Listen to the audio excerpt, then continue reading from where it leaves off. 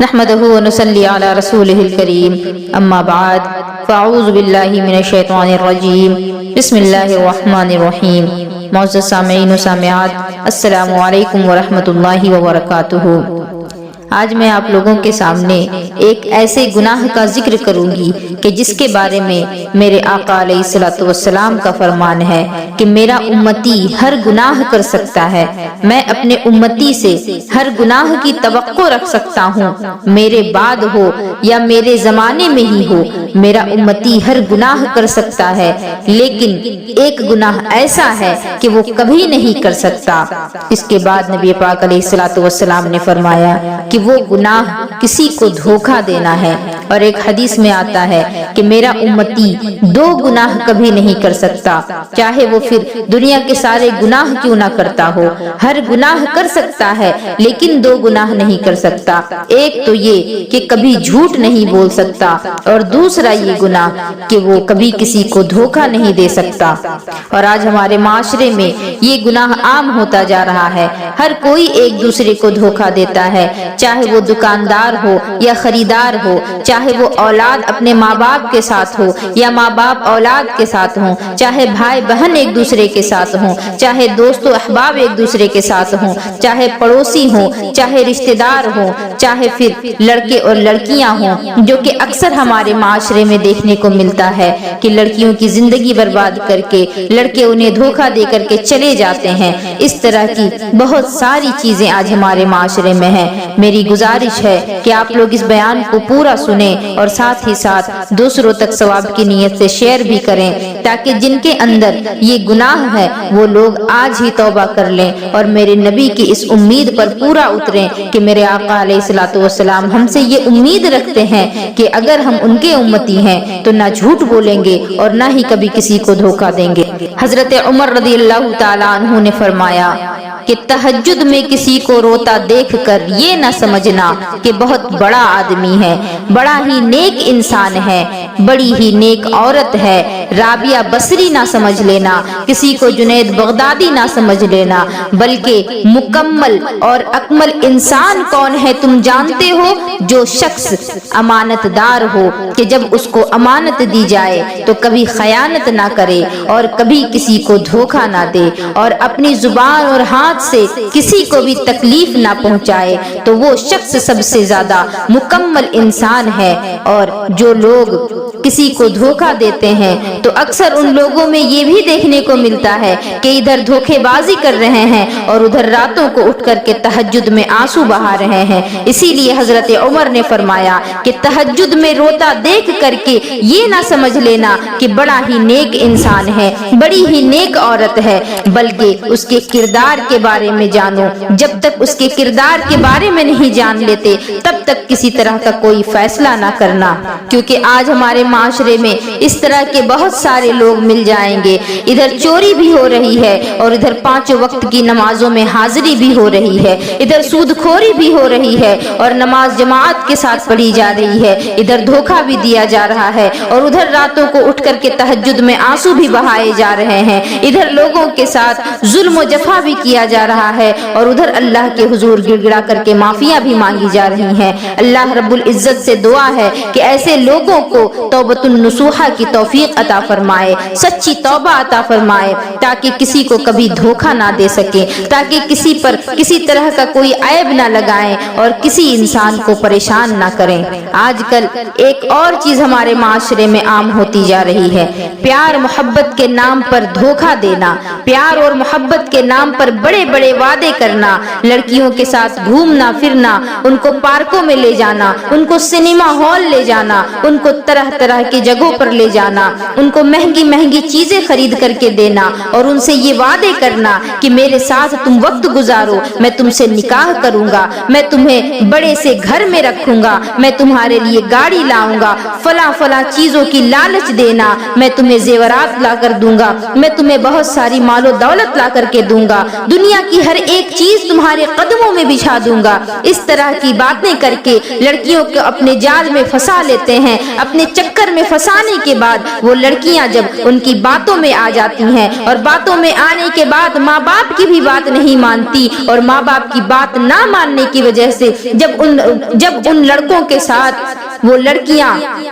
تعلق بنانا شروع کر دیتی ہیں تو پھر جب ان کا ان عورتوں سے من بھر جاتا ہے، جب ان لڑکیوں سے ان کا دل بھر آتا ہے تو پھر وہ یہ کہہ کر کے انہیں چھوڑ دیتے ہیں کہ تمہارے اندر یہ چیز نہیں، تمہارے اندر اس چیز کی کمی ہے، تم ایسی ہو، تم ویسی ہو، طرح طرح کے عیب لگا کر کے، بہانے بنا کر کے اس لڑکی کو چھوڑ جاتے ہیں، اس کی زندگی برباد کر دیتے ہیں، اس کی زندگی سے کھیلنے کے بعد، اس کی آبرو کو لوٹنے کے بعد، اس کی زندگی برباد کرنے کے بعد اس طرح غائب ہو جاتے ہیں کہ پھر دوبارہ کبھی اس کی نظر میں نہیں آتے۔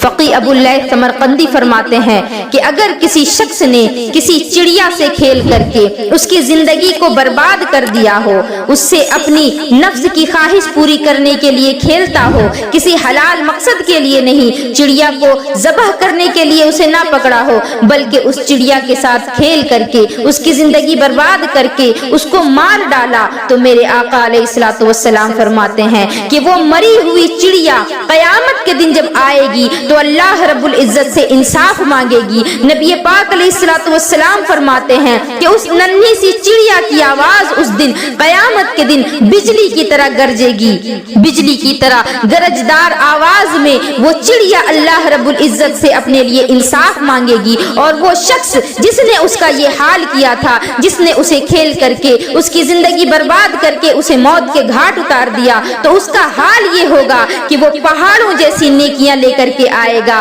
مگر اس دن اللہ رب العزت انصاف کا معاملہ فرمائے گا۔ اس دن اس کی پہاڑ جیسی نیکیاں نہیں دیکھی جائیں گی، وہ نیکیاں اس کے کام نہیں آئیں گی، وہاں اللہ رب العزت اس چڑیا کے ساتھ انصاف کرے گا اور اس کو منہ کے بل گھسیٹتے ہوئے جہنم میں ڈال دیا جائے گا۔ اللہ اکبر! جب ایک چڑیا کی زندگی کو برباد کرنے والے کا یہ انجام ہے تو پھر سوچو نا کہ جس نے کسی لڑکی کی زندگی کو برباد کیا، کسی لڑکی کی آبرو کو لوٹا، کسی لڑکی کے ساتھ کھیل کر کے اس کی زندگی برباد کر کے اسے بے وارث، اسے لاوارث چھوڑ گیا، اسے بے یار و مددگار چھوڑ گیا، تو پھر اس کا کیا انجام ہوگا؟ اور آج کل تو یہ بھی دیکھنے کو ملتا ہے کہ لڑکیوں سے بہانے کر کے، بہلا فسلا کر کے ان سے نکاح بھی کر لیتے ہیں، اور نکاح کر لینے کے بعد جب عورتوں سے من بھر جاتا ہے، کوئی دوسری عورت نظر میں جچنے لگ جاتی ہے تو پھر اس اپنی بیوی کو طلاق دے کر کے یہ کہہ کر کے چھوڑ دیتے ہیں کہ تو میرے قابل ہی نہیں تھی، مجھے تو پتا ہی نہیں تھا کہ تیرے اندر اتنی برائیاں ہیں، اگر مجھے معلوم ہوتا تو میں کبھی تجھ سے نکاح ہی نہیں کرتا۔ اس طرح کے بہانے بنا کر کے عورتوں کی زندگی کو برباد کر دیتے ہیں۔ تو میں کہنا چاہوں گی کہ لڑکیوں کی، عورتوں کی زندگی برباد کرنے والوں، ذرا سوچ لو کہ جب ایک چڑیا کی زندگی کو برباد کرنے والے کا یہ انجام ہے کہ اس کی نیکیاں نہیں دیکھی جائیں گی، قیامت کے دن گھسیٹتے ہوئے منہ کے بل جہنم میں ڈالا جائے گا، تو پھر اپنا انجام بھی سوچ لو، اپنے بارے میں بھی سوچ لو کہ وہاں تو ایک چڑیا کے ساتھ اللہ نے ایسا انصاف فرمایا، تو پھر اس عورت کے بارے میں جب اللہ انصاف کرے گا تو پھر تمہارا کیا انجام ہوگا، تمہاری کیا حالت ہوگی؟ یہ دنیا کی ہی زندگی سب کچھ نہیں، یہ دنیا کی رنگینیاں سب کچھ نہیں، یہ دنیا کے عیش و آرام سب کچھ نہیں، یہ دنیا کے پیچھے بھاگنا چھوڑ دو، اس دنیا کے عشق میں رہنا چھوڑ دو، اس دنیا سے اپنے دل کو اچاٹ کرو، کیونکہ دنیا کی محبت اگر دل کے اندر پیدا ہو گئی تو پھر یاد رکھو کہ جب مر کر کے اس دنیا سے تم جاؤ گے تو پھر یہ دنیا تمہارے کام آنے والی نہیں، کیونکہ یہ دنیا تو اسی وقت تک ہے جب تک تمہارے جسم میں تمہاری روح باقی ہے، جب تک تمہاری سانسیں چل رہی ہیں، جیسے ہی تمہاری سانسوں کا تعلق منقطع ہو جائے گا، تمہاری روح تمہارے جسم سے پرواز کر جائے گی، تو پھر اس دنیا کی کوئی حقیقت نہیں، اور پھر تم خود ہی اپنے رشتہ داروں سے کہو گے کہ میں نے دنیا کے پیچھے اپنی زندگی برباد کر دی، اس دنیا نے مجھے دھوکے میں رکھا، مجھے دھوکا دیا، تم بھی اس دنیا کے دھوکے میں نہ آنا۔ یہ دنیا بہت ہی بدترین جگہ ہے، اگر اس کو سنوارنا چاہتے ہیں، اگر اس کو اچھا اور خوشگوار بنانا چاہتے ہیں تو پھر ضروری ہے کہ اپنی زندگی میں انقلاب پیدا کریں اور اپنی زندگی کو اسلام کے حدود کے اندر گزاریں، تبھی جا کر کے یہ دنیا ہمارے لیے خوشگوار ہو سکتی ہے۔ اے میری قوم کے نوجوانوں، اے میری قوم کی پردہ نشین ماؤں اور بہنوں، میں آپ لوگوں کو یہ پیغام دینا چاہوں گی کہ دنیا کی محبت کو اپنے دل سے نکال دو،